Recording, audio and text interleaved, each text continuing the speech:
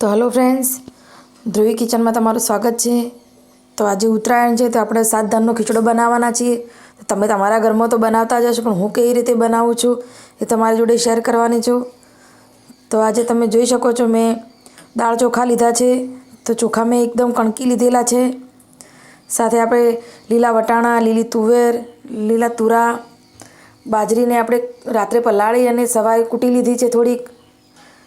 બીજું આપણે લાલ રોમેડી છે, સફેદ ચોળા છે, મગ છે, બધાને પલાળીને લીધેલા છે। તો બધાને મિક્સ કરી અને બફાવા માટે મૂકી દઈશું।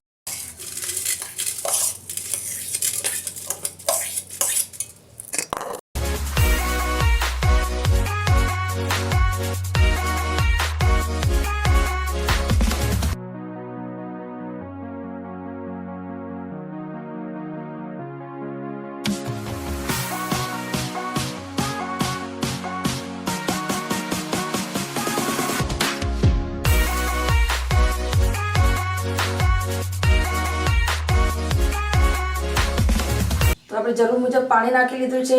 તો હવે સ્વાદ અનુસાર મીઠું નાખીશું। તો ઢાંકણ ઢાંકી અને સરસ સીટી આવવા દઈશું।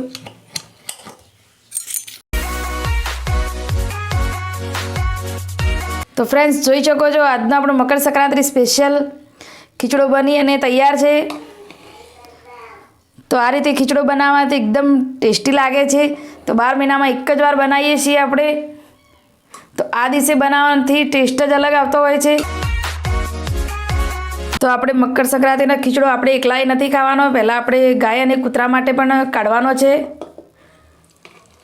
તો કાઢી અને ઠારી અને પછી ઉપરથી ઘી નાખી અને પછી આપીશું।